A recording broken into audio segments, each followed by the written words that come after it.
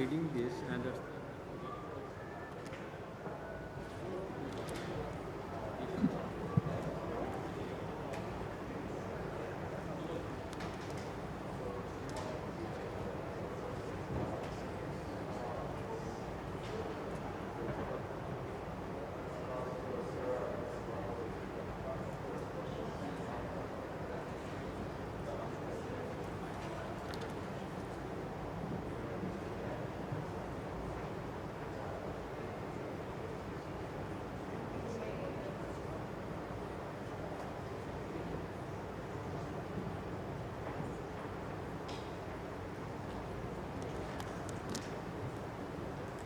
says that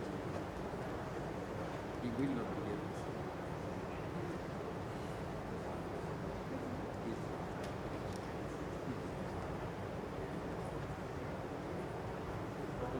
Imam is here representing Allah. Okay.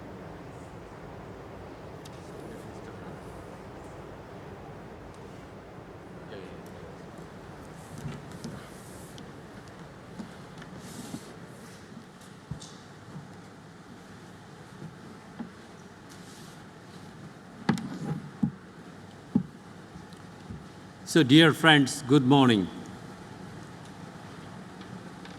Excellencies, distinguished participants, and dear colleagues from the media.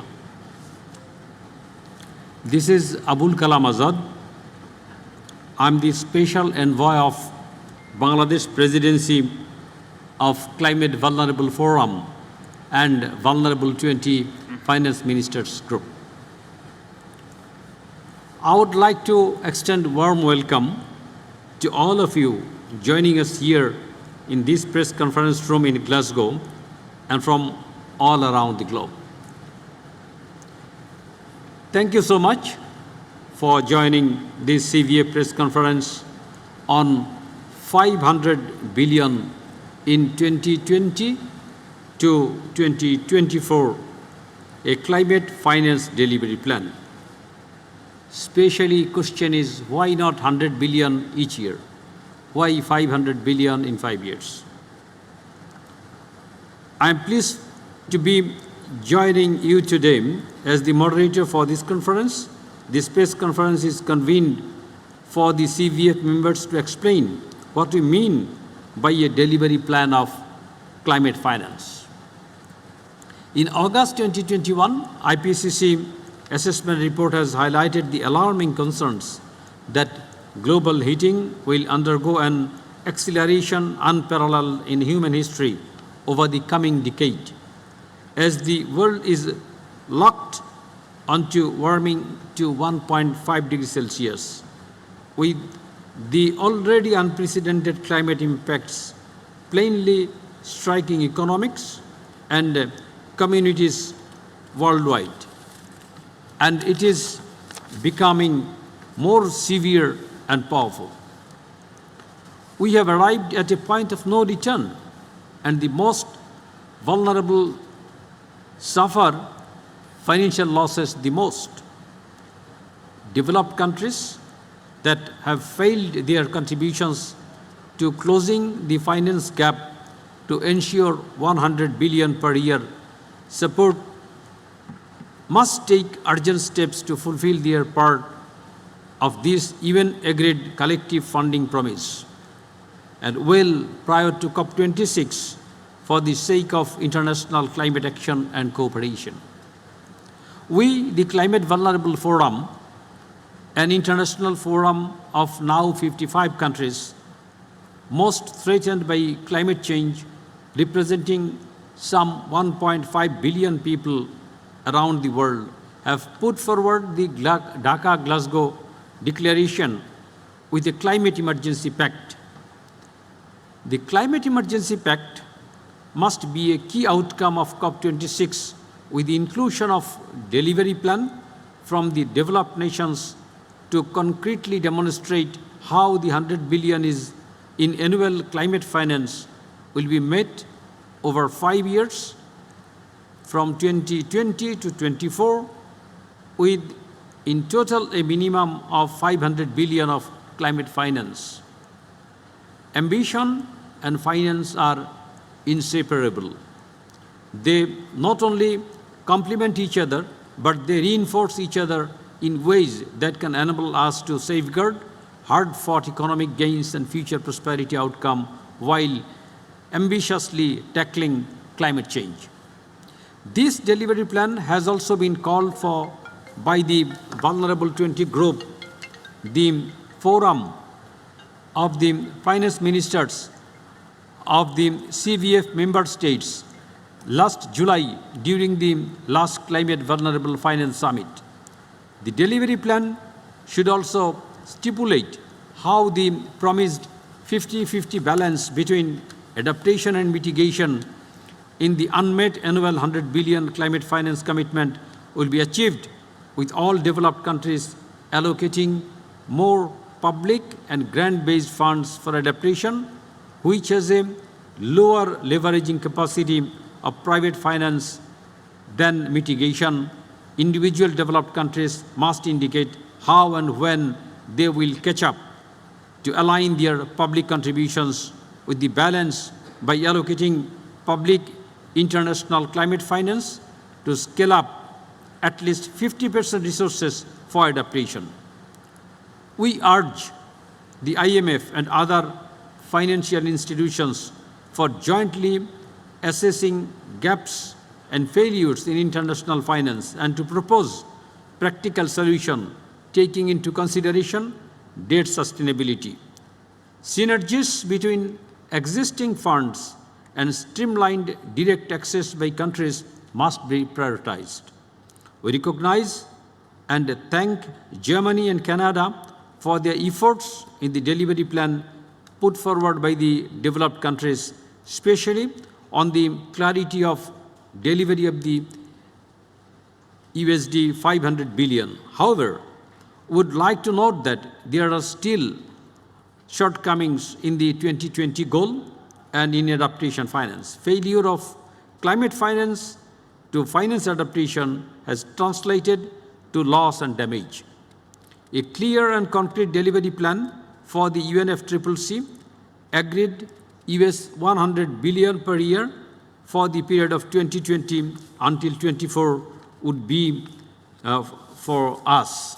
This includes, number one, aggregate and individual public contribution from all developed nations per year, highlighting additional to ODA. That is, the climate finance is not just repurposed ODA. Number two, public and private mobilization to reach at least 500 billion in 50-50 balanced adaptation and mitigation flows for the period 2020 to 24. Debt and grant proportions supported by developed country, showing a growing emphasis on grant, especially for adaptation over time. Growing emphasis on adaptation resources reaching developing nations particularly vulnerable to climate change. Number five, transparency on implementation through annual tracking conduct independently by the International Monetary Fund. And finally, number six, IMF to ascertain the most efficient composition of climate finance. So, dear friends, thank you for your attention. This press briefing is blessed with Honorable Minister of Environment, Conservation and Climate Change, Papua New Guinea, His Excellency Wera Mori. We are also here represented by, from me as from Bangladesh, and on the other side of Excellency Minister, we have the representative from Ghana, Mr. Emmanuel. He is a climate specialist, and also friends from Climate Vulnerable Forum and V20 are on the dais to face your questions. Now, it's my pleasure to request His Excellency Wera Mori, Minister for Environment, Conservation and Climate Change, to deliver his speech. Time is yours, sir. Thank you, His Excellency, and also the Special Envoy of the Government of Bangladesh, the Abul Kalam, and also other colleague ministers and excellencies and members of the press. Papua New Guinea and other island communities, more so in the Western Pacific, concur to what His Excellency had delivered, and it is that we have gone past the point of no return, and that every measures must now be taken to suppress the rise in global temperatures by another 1.5 degrees centigrade. This is not an easy task. It needs countries to be honest and genuine, both those who are emanating greenhouse gases in billions of tons and those of us who are not, or if not, emitting greenhouse gases at in this small amounts, but are net sinkers of carbon dioxide.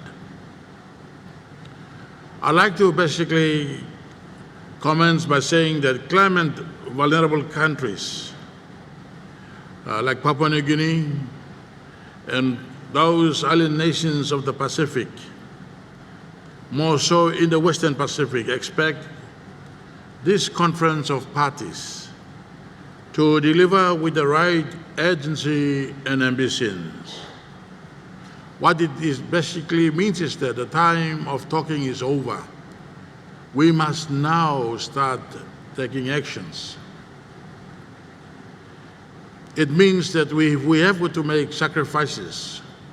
We expect those of the developed world and those that are contributing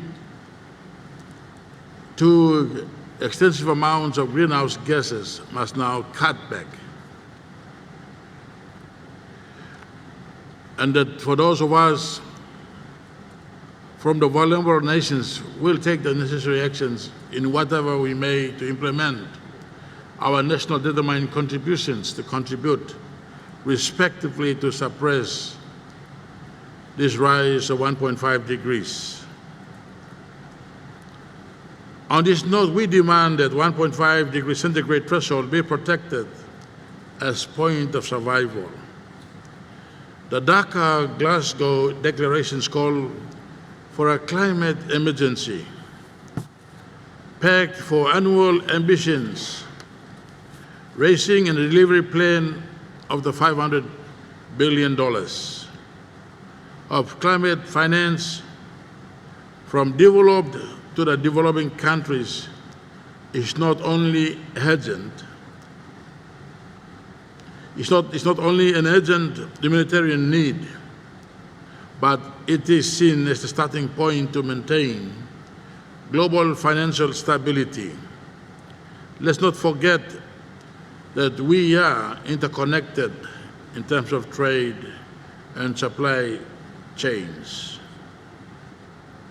There's a huge gap between this big fire we are in and the efforts rich countries are making to put out and help us recover and rebuild. The biggest injustice is that the finance exists, but not on the table and not streamlined in access. Processes are becoming complicated. They must be simplified so that vulnerable nations that who do not contribute in terms of greenhouse gases but have become victims must find it easy to access. The lack of delivery has undermined confidence in the international climate change cooperation. And I'll just basically would like to point out for you members of the press an example.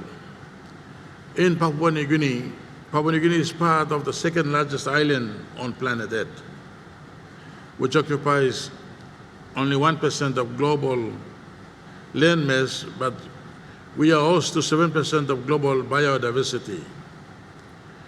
The independent state of Papua New Guinea has a territorial waters of slightly over 3 million square kilometers.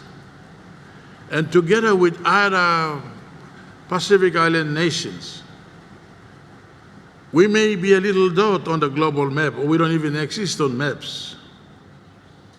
But as being states, our territorial waters alone are in excess of hundreds of thousands of square kilometers and even over millions of square kilometers.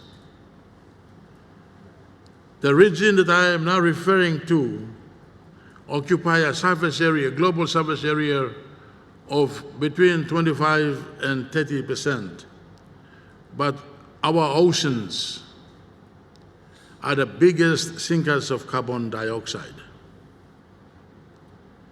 But in turn, we become victims because those carbon dioxide, especially within the top 10 to 20 meters, which is the photic zone that supports our marine ecosystem that we depend on our food supply, has become acidic, and our fish sources, including tuna, that our economies depend on, basically migrate away from our waters. So we need to see this money, the so-called that has been pledged for climate fund, whether it be 100 billion or 500 billion, they must be visible and readily accessible to those countries that we need them. Given the failures of delivery on the climate finance promises, under the United Nations Framework Convention on Climate Change, I am now reiterating and emphasizing for a delivery plan for the annual $100 billion in climate finance. And of course, what would have accumulated to 500 million between the year 2020 and 2024. The question now we are asking is that if that promise been materialized or not, do we have such a fund? This is the question now we are asking. The delivery plan must also ensure acceptable basis for re-establishing confidence in the implementation of the development countries' finance commitments under the Paris Agreement. We are thankful that Great Britain, the government of the United Kingdom, through Prime Minister Boris Johnson, made an announcement of 12 billion, and that we are now expecting and calling on all these other developed world to basically come, join the queue and build up this fund and make it readily accessible for our climate vulnerable nations and small island nations to basically access. Adaptation finance makes up only about 25% of total climate finance. We need to ensure a balanced outcome of adaptation and mitigation, annual monitoring of implementation involving the International Monetary Fund, and for the UK presidency to take full responsibility.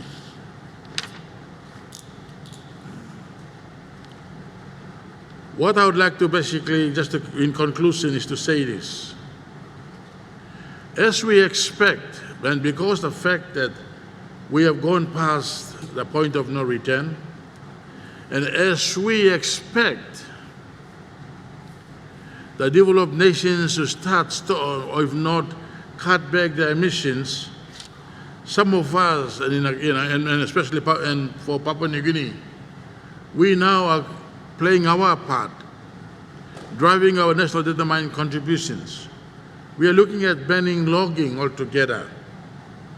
But what is the alternative source of finance for us? We have a $1 billion USD logging industry in Papua New Guinea. But if we stop that tomorrow, what will be the alternative source of revenue? And this is a challenge that we face. We have got extensive resources in terms of coal and fossil fuel, both LNG and oil. But now we are cutting back. We know this morning, an hour ago, Papua New Guinea signed a milestone agreement with Fortescue to produce hydrogen fuel and ammonia fuel using our rich water resources from the Gulf of Papua. We are walking that path. We are committing to it. We are now going to green so that we will suppress this 1.5 degrees. And by the same token, other vulnerable nations are doing their part.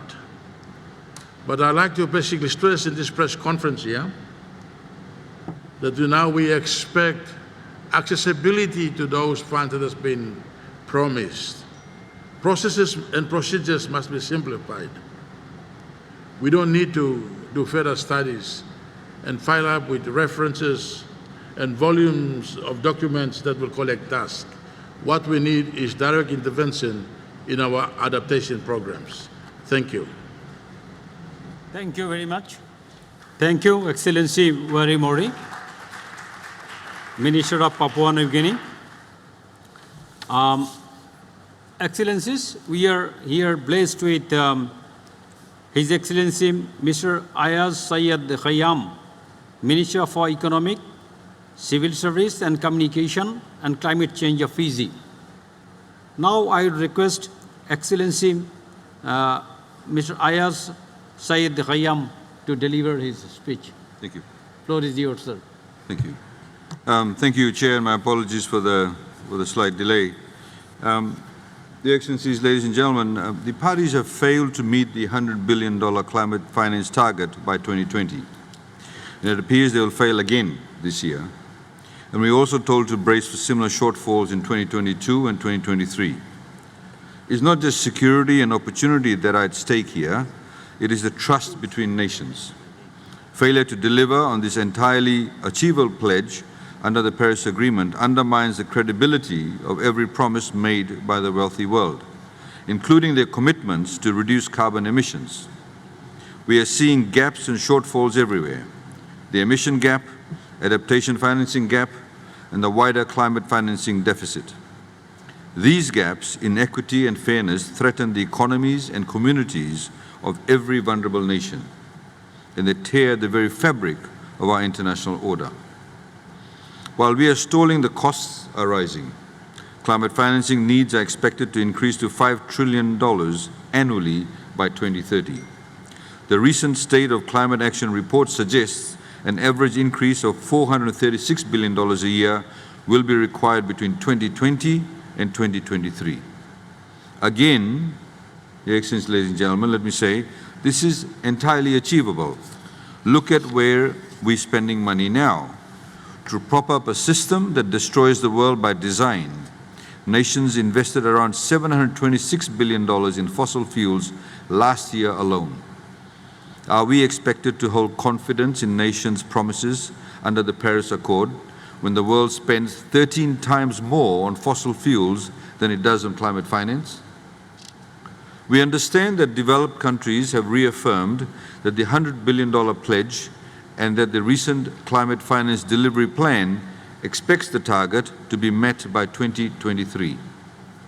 Regardless, we call on developed countries to deliver the target as agreed by making up the shortfall over the next 3 years. That means that $500 billion should be mobilized in the 2020-2024 period as planned. The delivery plan shows that the $500 billion called for by the CVF and the V20 for the period 2020 and 2024 is possible and would be a welcome and practical solution. But the $100 billion target was the minimum annual target. It was the floor, indeed not the ceiling. We are also concerned that the delivery plan does not offer enough clarity on how climate finance will achieve the 50-50 split in financing for adaptation and mitigation. Adaptation is the overriding priority in vulnerable countries. It should not detract from mitigation, of course. We need new and urgently provided sources of adaptation-focused finance, however, and indeed at affordable pricing. And rather than provide finance in the form of high-interest loans, it should be highly concessionary or provided in the form of grants or private sector blending of finance. Because we need a rethinking of the system of finance delivery, the MDBs and the backing nations have invested in climate degradation for decades. Now we, the climate vulnerable, are dealing with the consequences. To charge us interest on money we borrowed to build resilience is actually cruel. It is akin to forcing us to fork out protection money to the mafia of fossil fuel investors who are responsible for inflicting the terror of this crisis upon us. As the CVF and the V20 have also called for, the US $100 billion delivery plan should be subject to independent monitoring with updates on progress provided annually.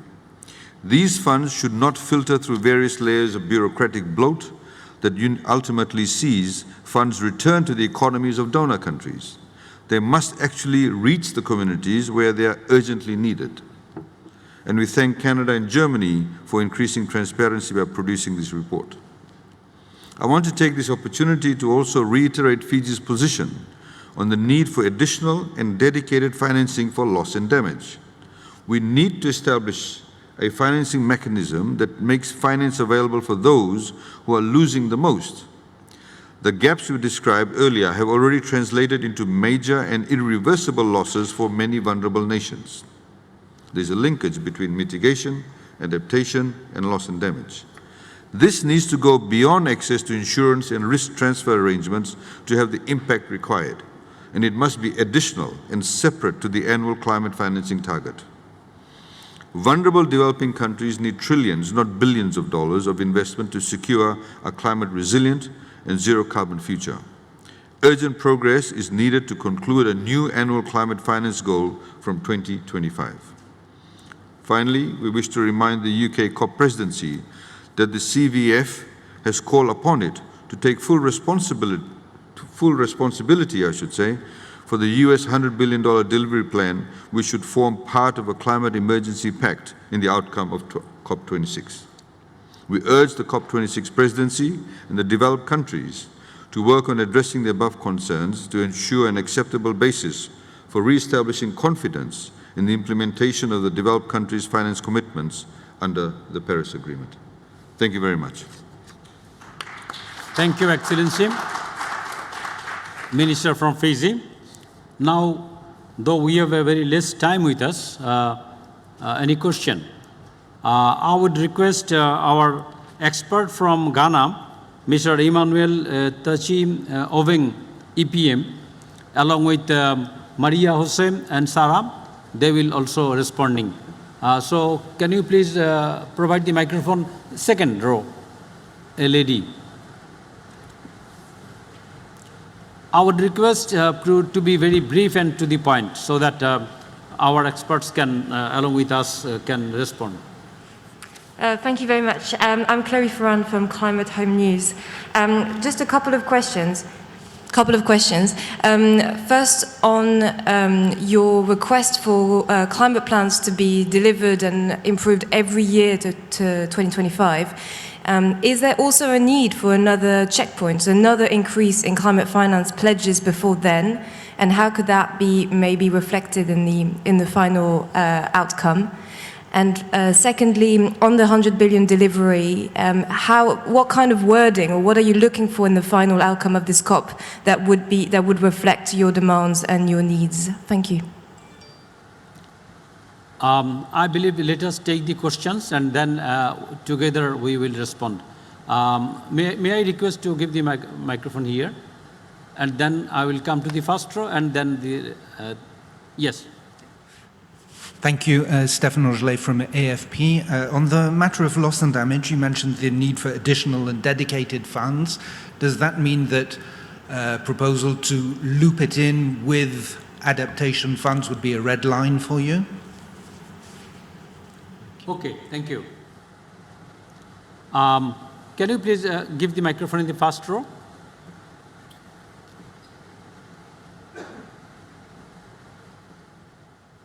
Thank you. Amy from CNN.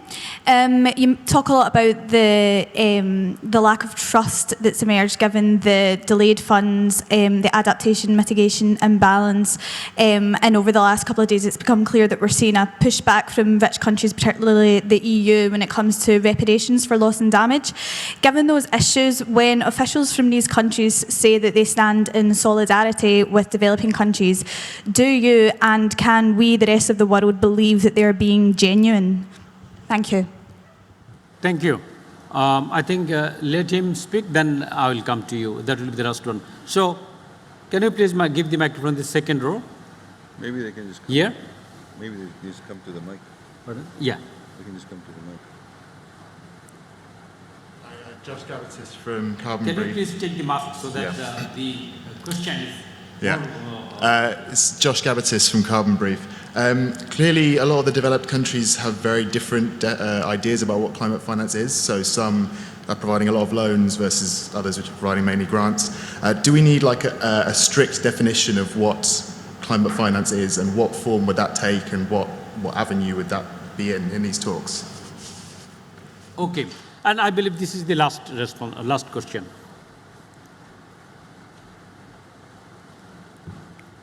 Zach Coleman with Politico. A kind of nuanced question here, but at the G20, China did not seem to want to sign on to a 1.5 degree goal. At the same time, they have advocated for more finance for vulnerable nations. Do you view them as a friend, or are they someone that you're not trusting at this moment in time? Thank you. Thank you very much. Emmanuel. Yeah, thank you very much for this opportunity. I'm trying to answer 3 of these questions. We have a pledge of 1 billion, and now we are moving it to 5 billion. And annually, why are we saying every year they should honor their pledges? So that is one important thing that we need to do. The pledges are not coming. As you all are aware, developing countries need pledges. This money to implement our NDCs, we need them to implement our adaptation plans, but the monies are not coming. So the CVF is actually looking for a plan, a delivery plan that will help us and also guide the developed countries to give us the money, because it is not our cause. So this is exactly what CVF want to put it up. We need a plan so that it will guide the developed countries to honor these pledges. So that is the answer for the first question. The second question is talking about loss and damage. We have funds for loss and damage and funding for adaptation. Is it the same? What are we looking for? What CVF is looking for now, we don't want loss and damage to go under adaptation. Loss and damage is a huge problem so far as climate change is concerned. Most of the small islands, their lands are gone.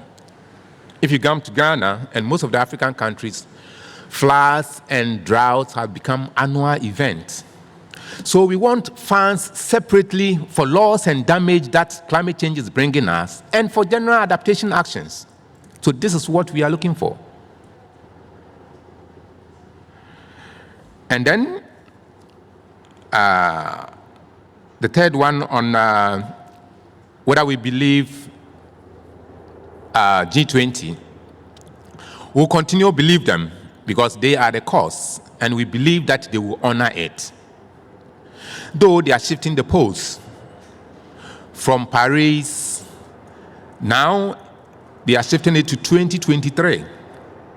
But we still believe that with their small pledges that they are giving, they will honor their promise. Thank you.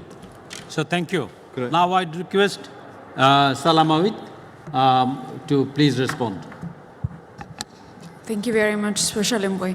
I would like to address the first question where it was asked, what are we looking for at COP26 as a language? So the 500 delivery plan is sort of a reminder to what has been already agreed. And what we'd want to see is from the COP decisions to say that this needs to be delivered and that there needs to be a predictability of finance so developing countries can take action accordingly. So we want to use this period and this COP as a place where we can reassure on trust. Thank you. Thank you. Sara? Yes, just on the points on finance, in terms of additional and dedicated funds, until the adaptation targets are met and until disaster risk financing tools are affordable, loss and damage is a reality for developing countries, and so there needs to be additional and dedicated funds for loss and damage. It's part of risk management. It's a practical view of how to deal with different layers of risk. And in terms of the question on China, technology transfer is a key driver of the transition. China and India have manufacturing capacity, and it's time to also build the same manufacturing capacity in developing countries in the CVF membership. The point of this and the point that the Bangladesh presidency of the CVF has put forward is the climate prosperity agenda, where there are socioeconomic gains and trade to be gained by this transition, but finance has to be made available and it has to be affordable. Thank you. Thank you. So I would request 30 seconds, Excellency, Sure. if you have any point. Very quick, 30 seconds, and then 30 seconds here. I'll be extremely quick. I think that you cannot have a dichotomous approach to financing. You cannot simply say it's loan or grants. There is, we need to come up with innovating financing mechanisms and instruments. And what we're saying, there's obviously a lot of money in the private sector. And how do we utilize those funds, garner those funds to be able to come up with new financial instruments? I think that the other point I'd like to make is that, as I mentioned earlier on, mitigation, adaptation, loss and damage have a huge flow and effect with each other. If the amount of investment that is required in mitigation was done a number of years ago, you would not have had to have so much funds available for adaptation. And if the adaptation funds was made available, as we have been asking for the past number of years, we would not have loss and damage situation. Currently, the permutation is actually incorrect. Far less money is being given for adaptation purposes, a lot more money in mitigation purposes. Even in mitigation in small island developing states, the answer you get is that you don't have, economies of scale, and therefore you miss out on those funds too. The other point that I'd also like to make, I think at this point in time with the negotiations, somebody talked about negotiations. We are still in the negotiations, and I think we cannot simply put red lines now, but obviously there are certain positions that the vulnerable countries have that need to be propelled further into the next few days. Thanks. Thank you. Thank you, Sir Excellency. 30 seconds, just to say thank you. Thank you, members of the press, for your questions. I'd like to basically state that climate change is real and that we need actions. Finance must be made available so that not only that we address the issues of compensation, but adaptation and mitigation is very important and crucial for all those that are impacted by climate change to basically restore not only their livelihood, but also their economy, their respective economies. And for a country like Papua New Guinea, where we have openly declared to go green economy, to walk away from our logging industries and also away from our fossil industries, fossil fuel industries will be a challenge.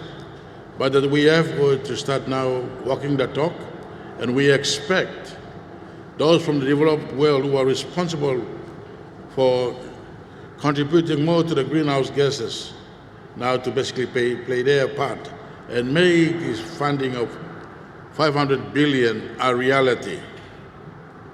Thank you. Thank you. Thank you very much.